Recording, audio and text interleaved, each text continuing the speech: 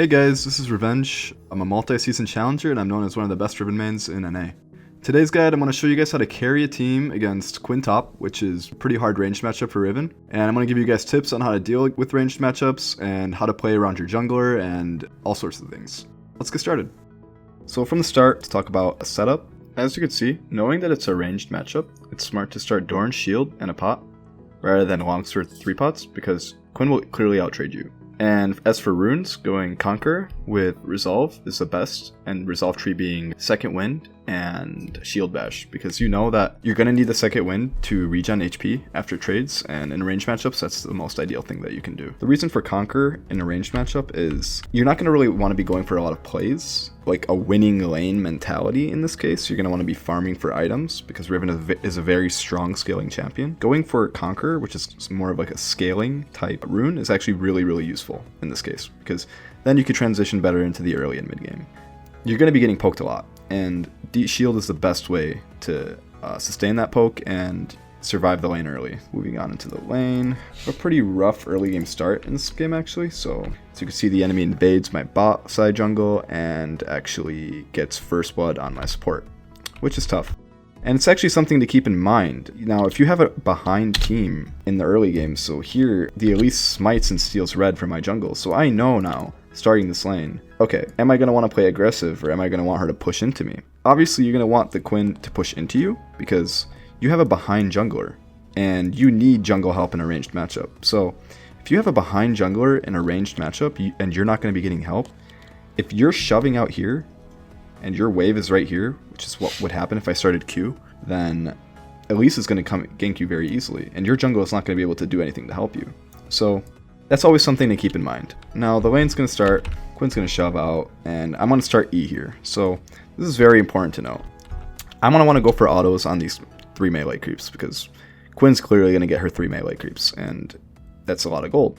So instead of just completely missing them or just walking up and taking complete harass, I know Quinn's going to start Q or E here, and you should know that any ranged champ will start a primary ability that does some poke. So when you go for these early creeps, you want to use your E only when going for the creeps where you're going to have to take some damage. So here I used the E, I soaked in the E damage from Quinn, she autos me. See, I even soaked some of the Harrier auto damage. So now I go for another auto here, and I back off. So now let's look at the HP. Now Quinn lost some HP, and I lost some HP too, but I do have Second Wind and Doran Shield sustained, so it's not the end of the world.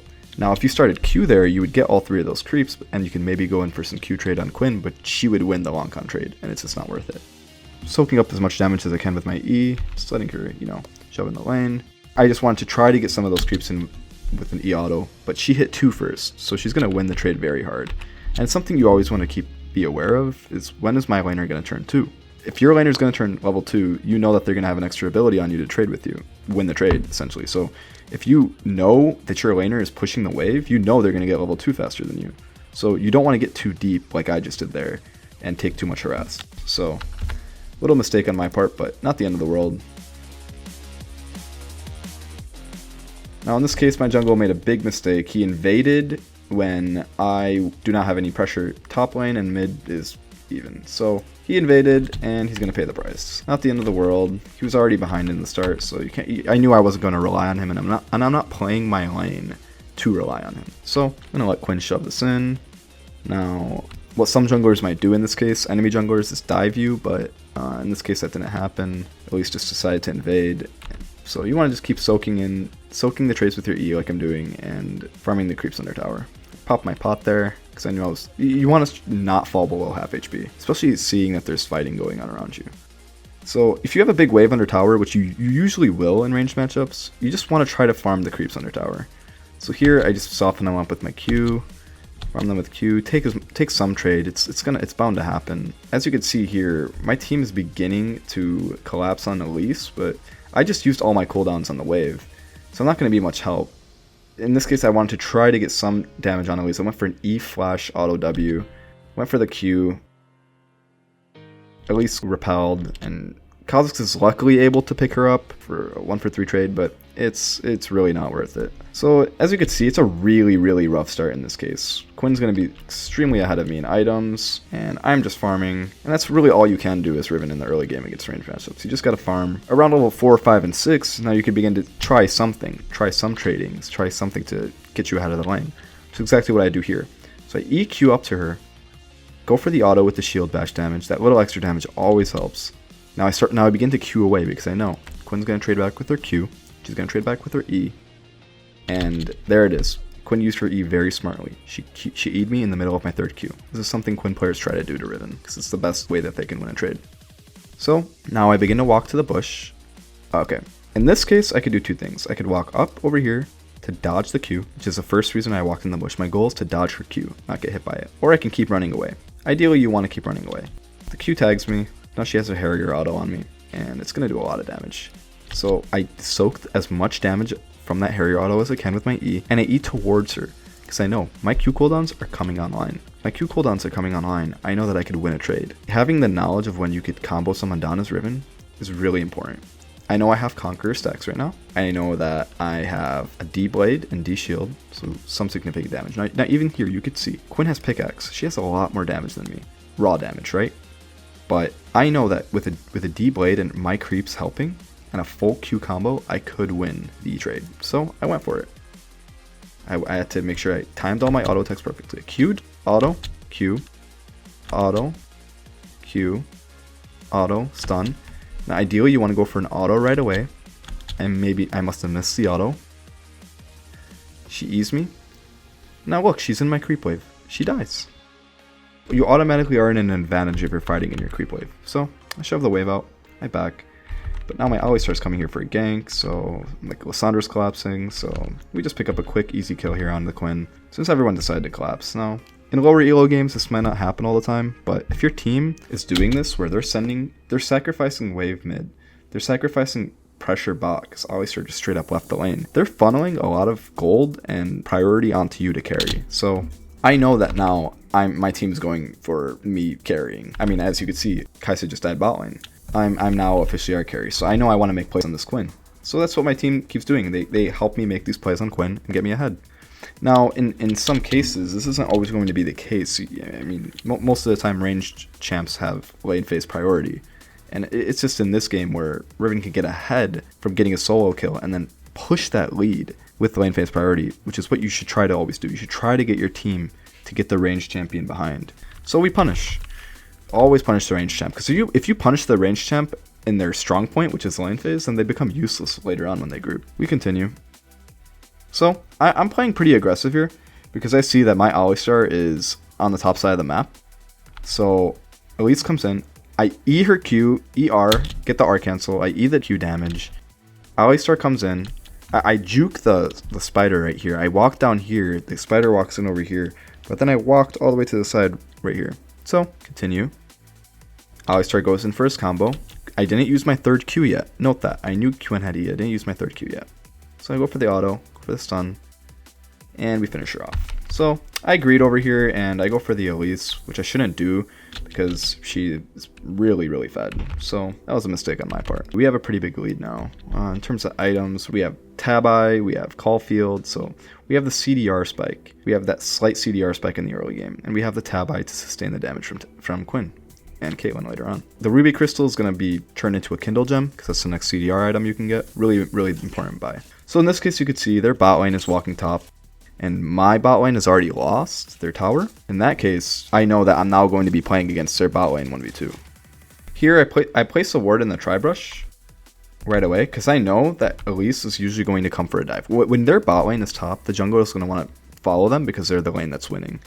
So placing the ward gave me the knowledge to run away. You always want to do that. You always want to try to get vision of the jungle and predict where they might come. You know, I'm just dodging the Janinados. I'm trying not to get hit by any of the traps because I know my team's coming for a play.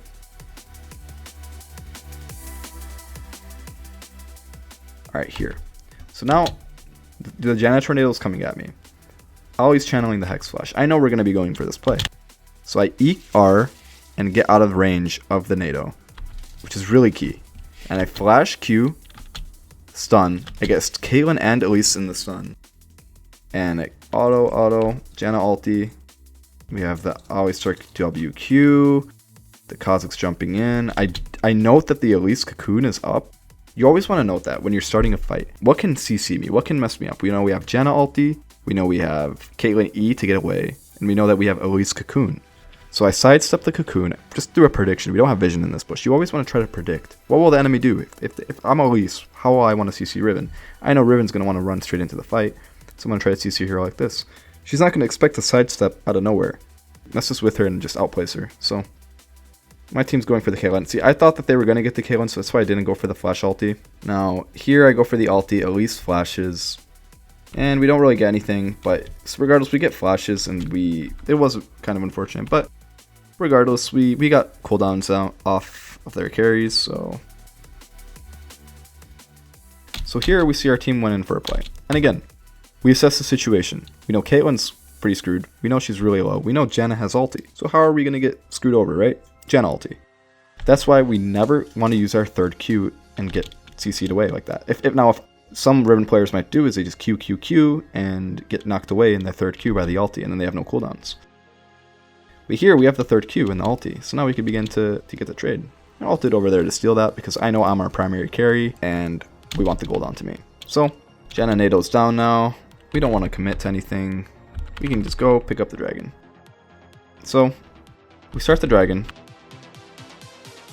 And our team engages. Now, Lissandra dies. Now, we know what killed Lissandra. Syndra ult killed Lissandra. Cocoon E killed Lissandra. Okay. Now, what's our next play? We see Alistar Hex Flash, so we just have to be patient. We don't want to Q in yet. We want Alistar to make the play for us, since he's the one flanking. So, he knocks Janna into us. We kill her. Pick her up. Kazakh steals the dragon, surprisingly. And we go on with the fight. Now, Elise just used Cocoon on him, so we know I could walk up. There's only a few CCs they have on me. They use Quinn and Syndra E. They just use Syndra E. Okay. I'm going to back off a bit. I'm going to let my team clean up. I'm going to wait for some cooldowns. Q up. Try to get the kill. Try to secure it. Didn't need to. I should have E'd away here. Now, because I didn't E away here, I get punished. So it's not a big deal. Pick up the Scuttle. You always want to do this. You always want to pick up the Scuttle as Riven, because she has an insanely fast time to kill it. She has a stun on her W, and she has a CC on her third Q. So you could easily knock off the armor on the Scuttle and just secure it really quick. So anytime you see a Scuttle up, and your jungle is not around, always secure it really quickly. So now I'm recalling. Now, if you want to take a look at items, I've completed Cleaver, Caulfield, Tabi. So I'm at 30% CDR right now, but I'm really strong with the Cleaver spike. So I know that if we get in a team fight, I will be a menace for the enemy team. So that's exactly what happens. We know Janna Tornado's down, Janna ulti's down, and Elise Cocoon is out. So no Cocoon, no Janna ulti, no Janna Q. Quinn uses E. No Quinn E. Syndra E is likely to be down, right? Probably what was already used. So, what can we do now? Secure the Quinn kill, because Quinn was really far up. That was a little overkill with the ulti. You don't want to use your ulti for overkill usually. You want to save it. So, pick up the Elise kill. Go here. Now we look. Okay, I have Flash and E up. And I know my team is trying to collapse. If you ever see a clumped up team, you can always go for the stun as Riven. You're not going to get any kills here, but you're getting your team to catch up. So, exactly what I do. E and Flash. There you go. Flash W. Syndra misses the stun on me, so we pick her up. Now my team pushes up. Alistar makes a play here. They used their cooldowns already, so we pick up the Quinn kill. And now we back off. We always go for the farm. I know that there's no threats on the map for me, so I pick up the farm. We know that if there's no threats, you can always pick up farm. It's really important that you do that. Get your lead pushing even more. So we go for more farm. I know Dragon's spawning soon, and I have TP up. So to look at items now for strength, we picked up the Kindle gem, and we picked up the Vamp Scepter to go for the Death Stance. At this point, I'm at 40% CDR, and you're really strong. You can push your lead ahead of anyone on the enemy team. Split pushing is really, really ideal for you and your team. So we continue to split. Now we look. Okay. I always keep your eyes on the map of what's going on. So I know Syndra's walking in here. Now I go, how can I help my team? I can help them through a TP. We know the fight's going to start when Syndra gets caught, so we're there with the TP. Flash over here. Now I'll take the Blast Cone for the range. And we get the ult out for Chunk, and they die. Okay, now I pick up the Infernal. At this point, the game is looking pretty good for us. Now, this is a really good use of vision. So, alright, let's take a look at what Quinn sees right now. This is Quinn Farming. I know that I can kill her easily here if I surprise her, but I don't want to get E'd away. So, I EW here. I start with a stun so I can Q behind her. So at this point, if she E's me, she's not going to get anything. She's not going to go anywhere. Where's she going to go? She's going to have to run away. But I can easily catch her in that case, and she has no tower. So, at this point, she had a window to E me there, but she waited, she hesitated, and she just died. I'm going to push our lead, and now I know I can group with my team. I have Flash. We have a really heavy engaging team, so we wait and we let our team engage, and then we follow through with them. Alright, so this case, I can EQ over this for range, which is what I do. And we got Quinn E on me. We see Syndra is lining up a stun on me. So we flash for it, and we look now. Who's in HP range of execute? That's still always what you want to keep in mind as Riven. HP range for execute. Getting there. These two aren't really close. So you damage these two. Right? Now I saw over here. Caitlyn's kind of getting low. So I finish her off with the ult. Q him. And you slowly begin to finish him up. Lay the havoc on them. There you go.